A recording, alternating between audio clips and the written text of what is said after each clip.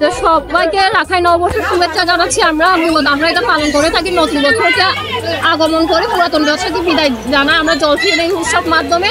আর এটার মাধ্যমে আমরা যাতে আমাদের সম্প্রীতিটা বজায় থাকে এবং একে অপরের সাথে সম্পর্কটা ভালো হয়, এটার জন্য আমরা এই উৎসবটা পালন করে থাকি। প্লাস আমাদের সংস্কৃতিটা যেন বজায় থাকে, এটা যেন বজায় থাকে এবং এই প্রসেসটা যেন পরের প্রজন্ম যারা আসবে, আমাদের পরের প্রজন্ম যারা আসবে তারা যেন এই সংস্কৃতির ধারাটি বজায় রাখতে পারে, এই জন্য আমরা এই জিনিসটা পালন করে থাকি।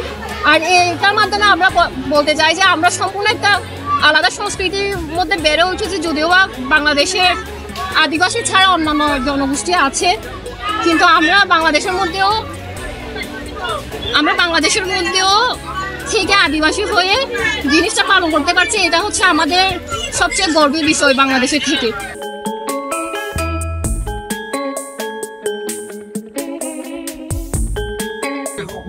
আগে বছর চেয়ে এই বছর যে প্রশাসনটা খুব সুন্দরভাবে আমাদেরকে সহযোগিতা করছে, আগের বছর তুলনায় এই বছর বেশি পুলিশ বিভাগ এবং অন্যান্য বিভাগ এসে আমাদেরকে সহযোগিতা নিরাপত্তা দিচ্ছে।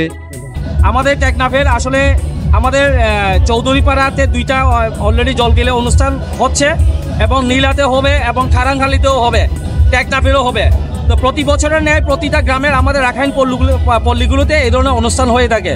হ্যাঁ, আরেকটা বিষয়, এখানে আমরা প্রতি বছর উৎসব পালন করে থাকি, যার জন্য আমাদেরকে যথেষ্ট পরিমাণ আমাদেরকে বিভিন্ন দিক দিয়ে সহযোগিতা করে থাকেন উপজেলা প্রশাসন থেকে শুরু করে আমাদের স্থানীয় গণমান্য ব্যক্তিগণ এবং ইউনিয়ন পরিষদের চেয়ারম্যান এবং আমাদের আশেপাশে যারা আছেন এখানে মুসলমান ভাইরা, ওনারাও আমাদেরকে এই বিষয়ে সহযোগিতা করে থাকেন।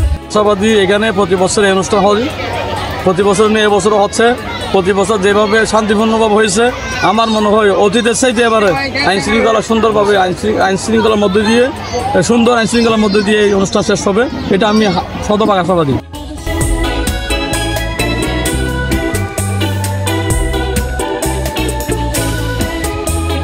আমাদের কোনো এখানে বলতে গেলে কোনো সমাজের বাধা নেই, অন্য সমাজে কোনো বাধা নেই।